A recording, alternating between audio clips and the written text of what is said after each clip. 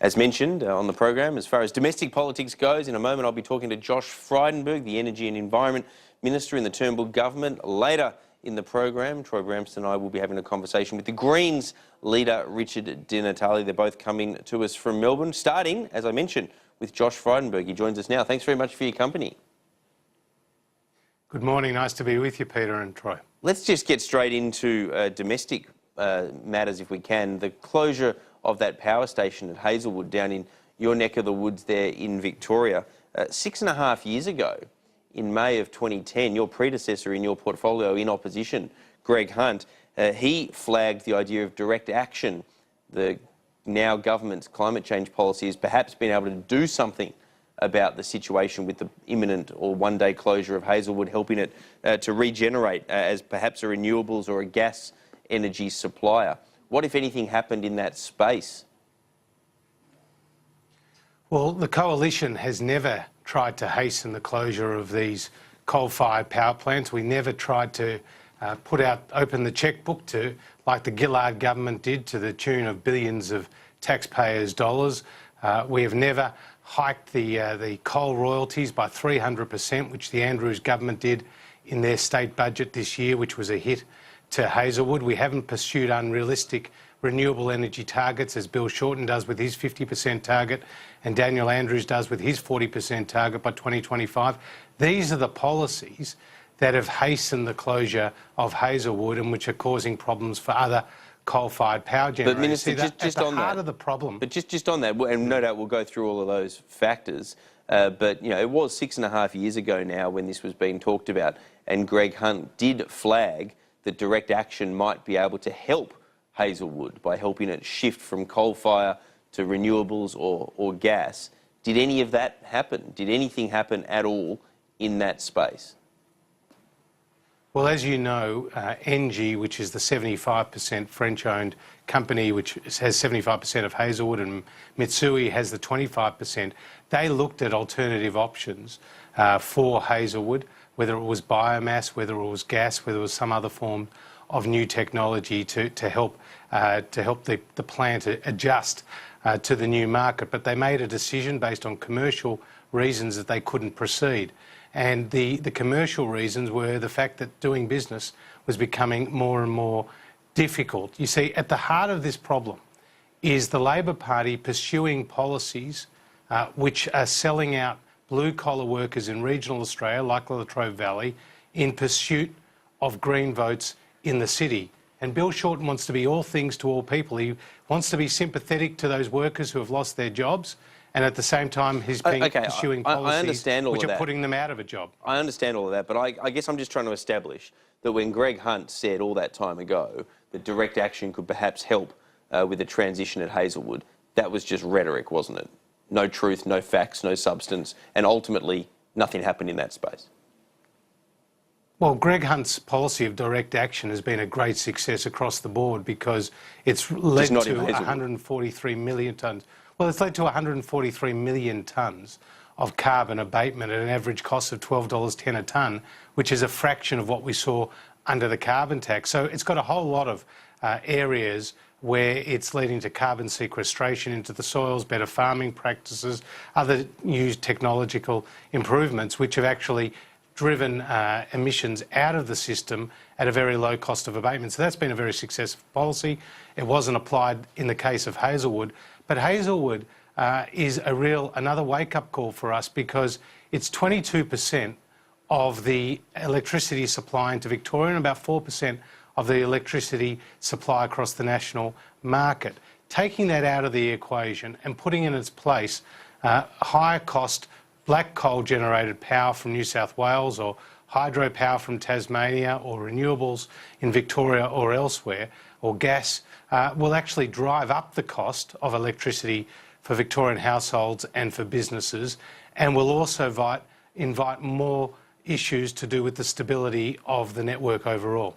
Minister, of course, there's a number of state, Labor and coalition governments that have embraced renewable energy targets, but there's a number of different energy targets in a range of state jurisdictions that conflict with the goals of the national federal government. Is there a need for a more coordinated national approach to energy supply that deals with an appropriate energy mix, that deals also with rising cost pressures and also reliability of power supply, but does have that focus at a national coordinated level? Because how can business invest in new energy if they're not sure about which political party is going to be in power and the differences between states and federal government? So do you see a role as the national minister in this space to actually coordinate what should be the nation's energy mix?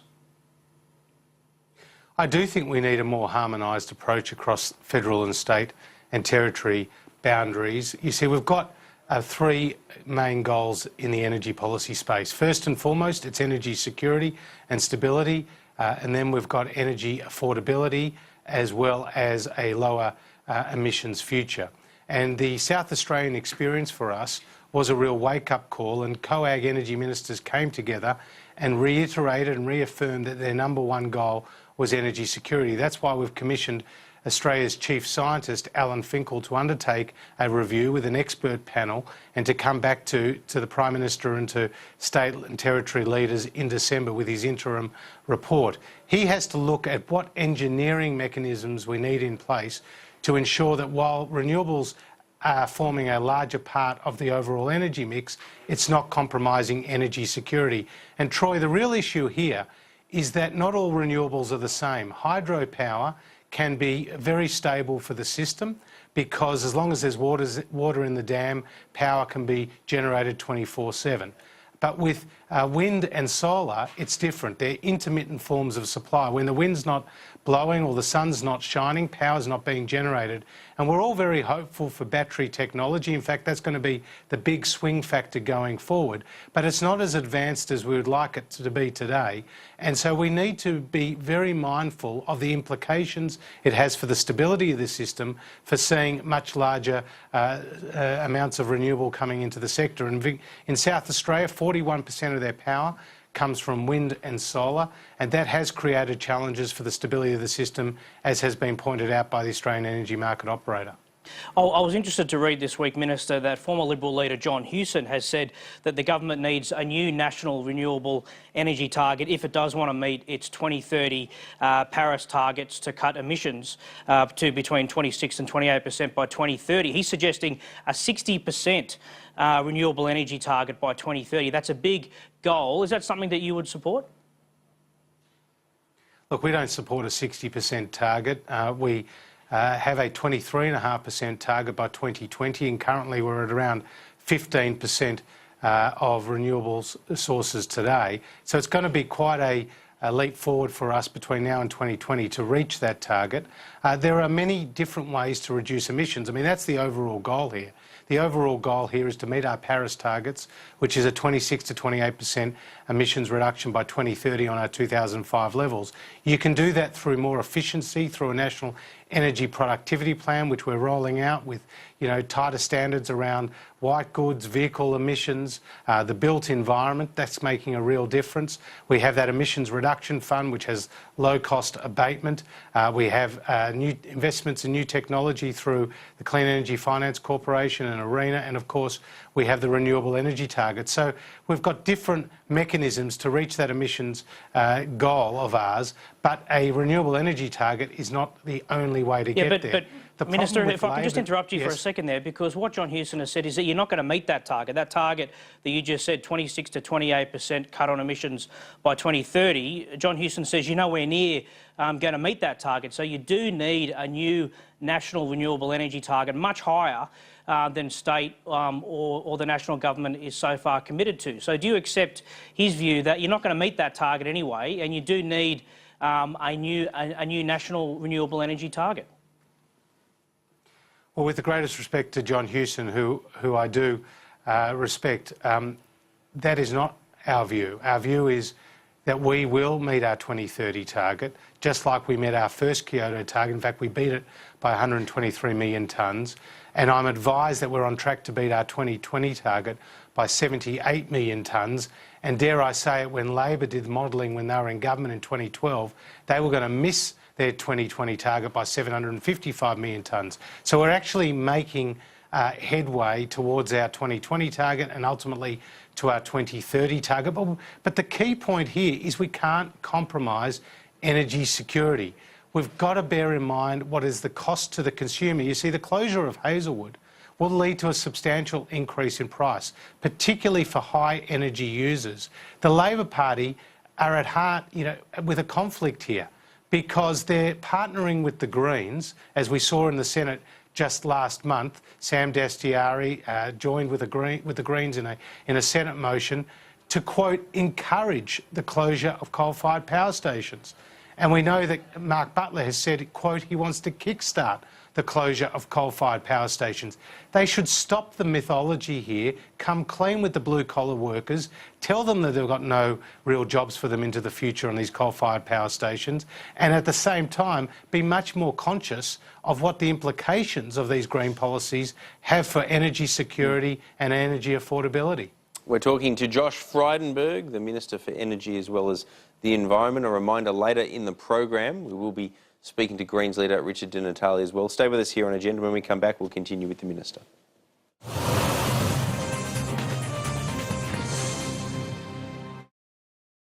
Australia, if you're 25 or over, who guarantees you'll save when switching from any comparable car policy, even third party? We do. Coles Car Insurance. I saved $277. That could go towards your next service. I saved $348. Better spent on your grocery shopping. I already had another policy with Coles and I got a cheaper quote for this car too. I shopped around, did a few quotes, and Coles Insurance was the best for us. See what Coles Car Insurance can do for you. With a little red quote.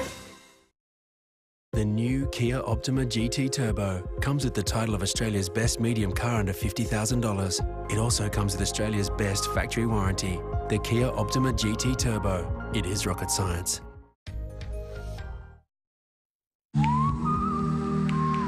Right now, we're giving 250,000 Velocity frequent flyer points with an eligible NAB home loan plus banking bundle to take you on a well-deserved trip across the globe.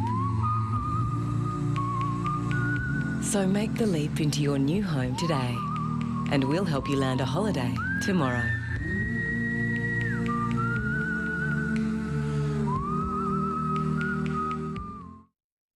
You can create a whole world of fun for a warehouse price. Swing set, only $169. Sandpit, just $34.90. Where you find a competitor's lower price on the same stocked item, we'll beat it by 10%.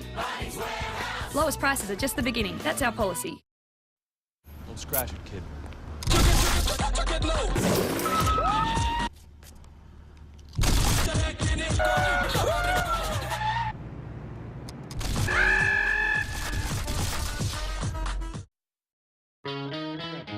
Nescafe Gold Barista Style. Blending premium instant with finely ground roasted coffee beans for a rich aroma and full-bodied taste. Nescafe Gold Barista Style. Our world moves ever faster, and wonders never stop. Help arise before disaster, and phones can save a crop. Mighty drills know when to dig before the markets do. Brilliant minds can make it big, with smart advice to see them through. You can make the world your office. Know when packages arrive. Tailor what your network offers. Use machines to stay alive. You can keep track of your fleet, help your city run on time, do things better on the beat, protect yourself from cybercrime. For technology is wondrous. It can take you far and wide. It creates a future boundless, helps your business make bold strides. In global markets or down under, we'll be there to help you strive. And together, we'll do wonders. For together, we can thrive. A rare and beautiful tiger, trapped by vicious steel cables, slowly dying. WWF's anti-poaching patrol found her barely alive, with deep wounds from the tightening snare, killed for profit, another victim of wildlife crime. By adopting a tiger with WWF, you can help stop their cruel and needless deaths. Adoption costs from just $20 a month. And you'll be supporting our vital work to protect tigers. So please help us stop wildlife crime. Call 1-800-993-003 or visit wwf.org.au/tiger today. Thank you. Was it really? New Head & Shoulders cleanses, protects and moisturizers to get up to 100% flake-free and unbelievably beautiful hair. The world's #1 shampoo is now even better. Welcome back. You're watching Agenda, where Troy Bramston and I are speaking to the Energy and Environment Minister, Josh Frydenberg. Mr Frydenberg, do you support or oppose making amendments to Section 18C? Look, I've been on the record for some time supporting a change to 18C, removing the words offend and insult. I don't think the balance has been struck. I think that threshold with offend and insult is too low. It's invited complaints, which we've seen in the cases of QUT as well as in the Bill Leak case. What about the Bolt case, though? Like what about the Andrew Bolt case, Josh Frydenberg? Did you think that that was inappropriate? Well, look, that's another cause célèbre, and I've noticed that you've said that you take out the words offend and insult, and that wouldn't deal with the Bolt case. But I think the cases of QUT and the Bill Leak case have even brought into sharper focus some of the problems with 18C as it currently stands. But I guess my question is, like do you think it's appropriate that Andrew Bolt, for that column, has been found guilty under the Racial Discrimination Act as 18C is currently constituted? Because it sounds like you do if you don't want to change those provisions. No, I did feel uncomfortable with the decision in the Bolt case, and I do feel uncomfortable with the way that 18C is currently structured. And then you've got people like Warren Mundine, a former president of the Labor Party, saying that, in fact, as it currently is, there's actually causing division out there in the community. Now, I think that a better balance can be struck. I don't think it's appropriate to bring cases against, cartoonists, even though some of their cartoons may be uncomfortable.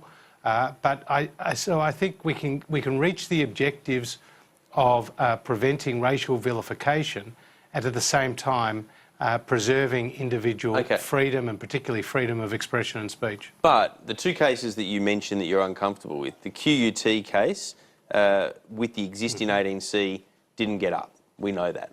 The Bolt case with the existing 18C won't get up. 18D will knock it out. Bet my life on it.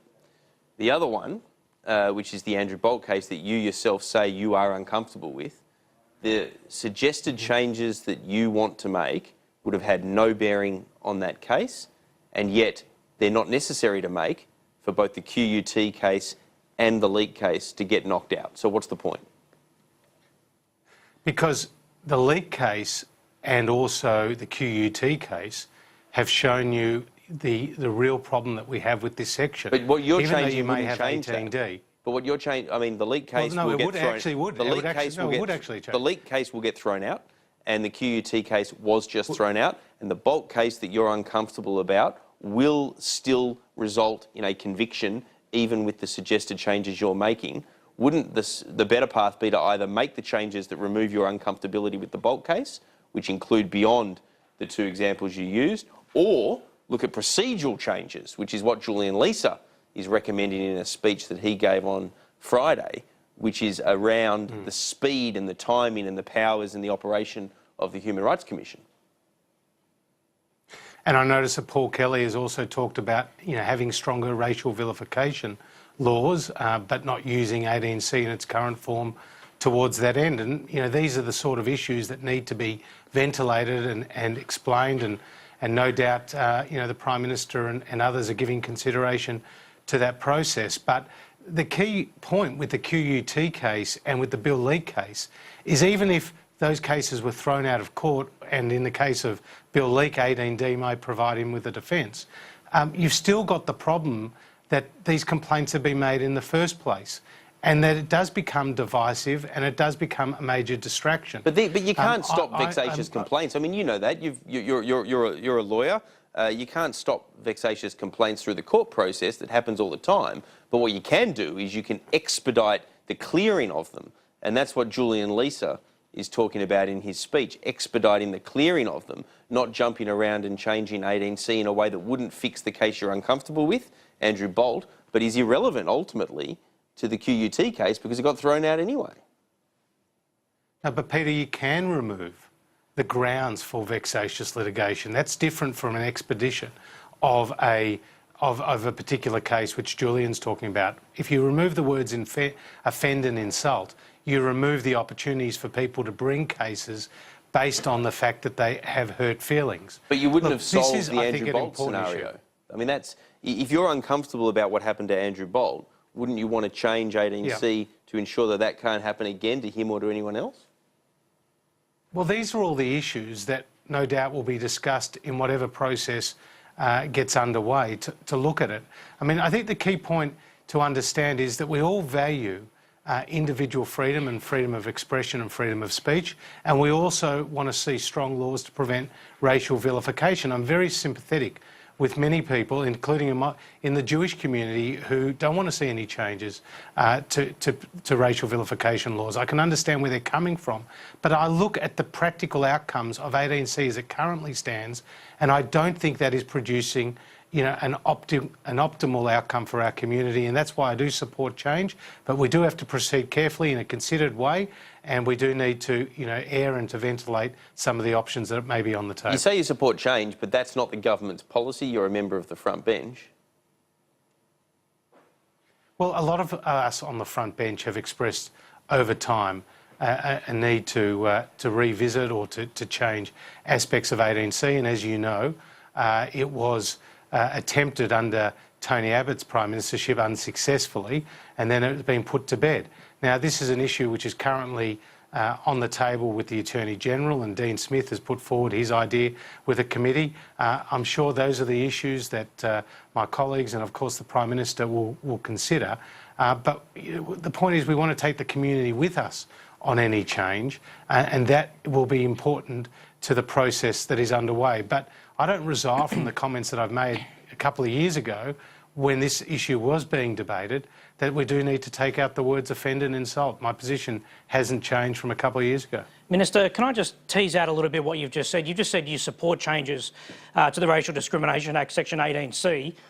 So you would support taking out the words offend and insult. Would you support other measures, such as those proposed by Julian Leeser and our colleague Paul Kelly, to look at perhaps trying to weed out frivolous complaints from getting to a stage where they would be considered in a court of law? Did you support that additional change as well? Well, look, all those issues do need to be properly looked at in the context of a considered view on the proposals that may be taken forward. It's not for me now, having not read Julian Leeser's speech, but I greatly respect his intellect and his views on these issues and others. And of course, Paul Kelly is well versed in this debate. Those are the issues that do need to be considered in the context of, any review or any Human Rights Committee process that may or may not get underway. Okay, Minister, can I just ask you, because look, I actually do support some changes to this section, not those that were proposed by the Abbott government, but this set up a political firestorm the last time the Coalition did try to consider amending the provisions in this Act. Are you worried that, again, this will just be seen as a distraction from issues like you were just talking about earlier, energy supply issues, jobs of blue-collar workers? We haven't talked about health, foreign policy, industrial relations. For a lot of voters out there, 18C, they wouldn't have a clue what we are talking about. Do you worry that this is, A, going to be seen as a distraction, and B, going to unnecessarily inflame and upset a lot of minority communities, religious groups that would in fact otherwise be Coalition voters? I mean, is the government here playing with political fire if they go down this path to look at further changes to the Act that they said only a year or so ago they wouldn't worry about anymore? Look, I think the Prime Minister's absolutely right to proceed very carefully in this regard, because he understands the sensitivities of these issues and the need to take the public with us on any proposed changes. At the same time, this is a very important issue. it's not just an important issue for the Australian and the commentariat, it's an important issue for the broader community. Freedom of speech is totemic for a free society. And so you can talk about these issues, you can reform these issues without compromising strong stands in other areas, as you say, in health, education, border protection, the economy, energy security and the like. I don't think they're mutually exclusive when it comes to what a government can handle. So why do you think then that this issue was not addressed at all by the Howard government during its 11.5 years in power? It did consider it. The opposition at the time when these amendments went through during the Keating government did oppose it. But the Howard government in power didn't do anything about it at all. I didn't see any need to address this. How do you address that difference of view between the Howard government and now the Abbott and Turnbull government on this issue? Well, you've seen John Howard express his concern with what happened what's happening in the Bill Leak case. I do think there's been a shift in the public debate as a result of these two cases, the QUT case and, of course, the Bill Leak case. And you've seen people from various sides of politics raise their concerns with 18C as it is currently stated. But both cases are going to fail. I mean, I'm all for the procedural changes that Julian Leeser is talking about to make things quicker and to, you know, if you like, remove the shocking amount of time that it took, for example, in the QUT case. But making the changes you're prescribing to 18C doesn't make any difference in those cases or in the Andrew Bolt one, because both will fail and the other one would still get up. I'm genuinely perplexed by a solution that seems to not be solving the problem at hand. Well, the fact that these cases can actually still be brought shows you that offend and insult is a too low a threshold. I think it does invite these complaints. It may not solve every case, but it will solve a number of cases. That's why I've supported in the past the change. Are you aware of the number of cases, though, that have been brought successfully under insult and offend, for example, that have related to anti-Semitism in our community? There are literally countless numbers of cases that have been successful through this process based on offend and insult to strike at anti-Semitism. Are you comfortable with all of those cases that have been successful not having been allowed to have been brought were this rule to have been changed before now? Well, Peter, as I said, I am aware of the strongly held views by people I respect in the Jewish community. This is one issue in which I disagree with them. I do think the words intimidate and humiliate, or an equivalent, would cover a number of those scenarios. I don't think the words offend and insult are there to protect against Holocaust denialism, for example, which you would never want to see a green light for an issue like that. I think community standards would prevent anti-Semitism, and you don't need a hurt feelings test in order to run successful cases against anti-Semitic views. Let's move on to refugee policy. Why do you need legislation to prevent someone that tries to get here by boat, fails because of our border protection policies, is assessed by all the relevant categorisations internationally to be a genuine refugee, gets settled in Canada, becomes their foreign minister and then isn't allowed to come to our country to visit? Well, the first thing to say is we've had great success in our border protection policies, and nobody can deny that. More than 800 days without a boat coming to Australia. If it ain't broke, Minister, why coming fix to it Australia? then? Because what we've heard from the Immigration Minister is that policy activists, refugee activists, have been encouraging those on Nauru and Manus not to be resettled elsewhere or to go back to the country from which they came, because they hold out hope of coming back to Australia. This legislative change will send a very strong message that that is not the case. And as you know, Kevin Rudd, back in 2013, from which the date of this law will go back to, had also made the case that these people would not be settled back in Australia. There will be a ministerial discretion, but it's really to deal with the issue which we currently have with a number of people stuck on Nauru and Manus who won't be resettled or won't go back to the country in which they came from, even though just on they that, are though, not genuine refugees. I'm talking about those that are genuine refugees. I can see I can see how much more vexing it is when they're non-genuine refugees who won't go back, and therefore won't be resettled. But genuine refugees, I mean, help me understand this, Minister. A genuine refugee who, fair enough, we've got our policies, they've been taken to an election, we don't let them in, they go to third country processing. But they then get settled in New Zealand, Canada, wherever it might be. And then 5, 10, 15, 20 years later, as a businessman or as an educator, or indeed as a politician, are laws that you're looking to put through Parliament this coming week would prevent them from ever coming back to this country as a tourist, as a business person, as a foreign dignitary. Surely that's just beyond absurd, isn't it? Well, as you know, there is a public interest test which allows the Minister with the discretion, but we have to solve the problem for which we have.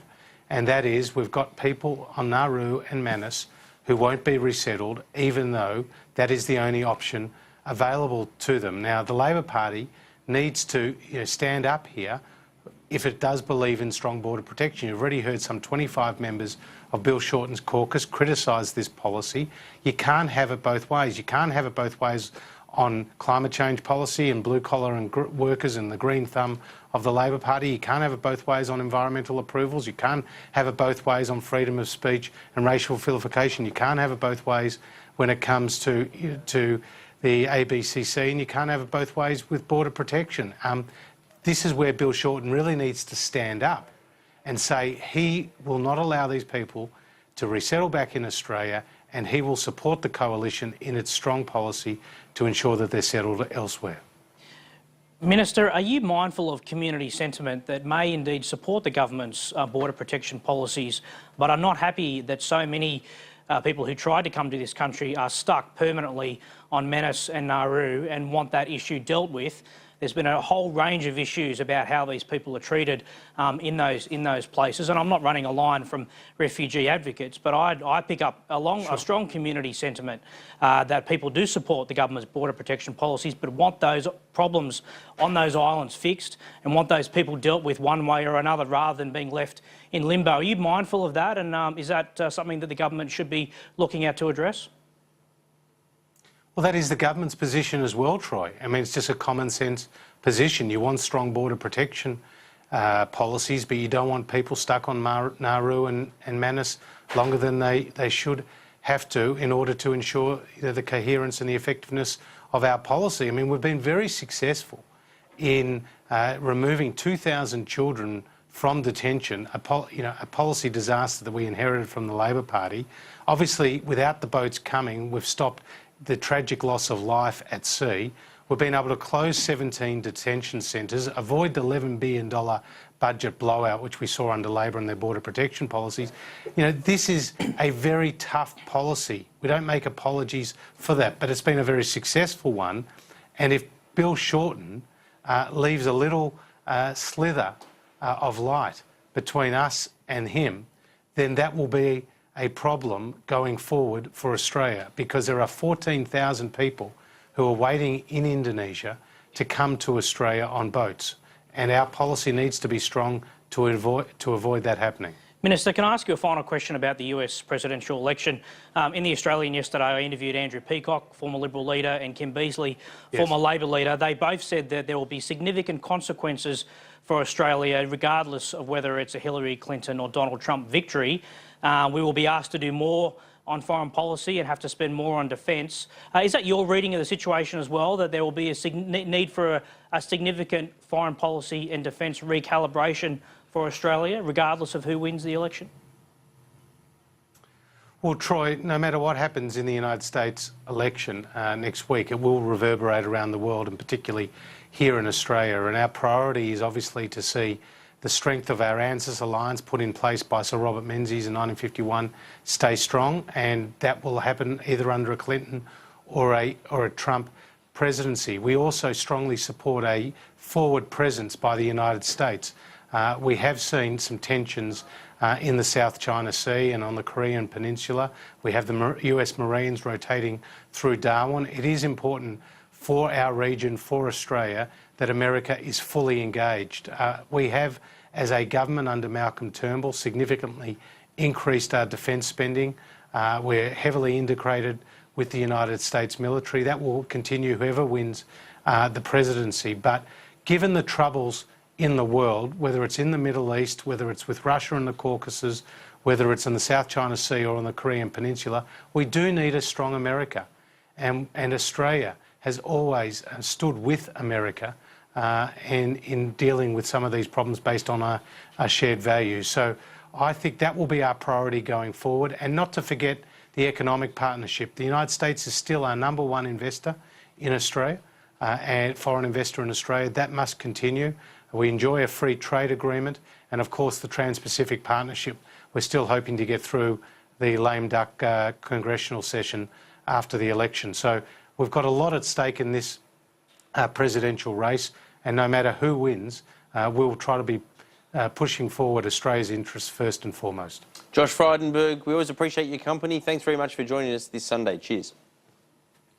Nice to be with you guys. That's the Energy and the Environment Minister, Josh Frydenberg, coming to us live from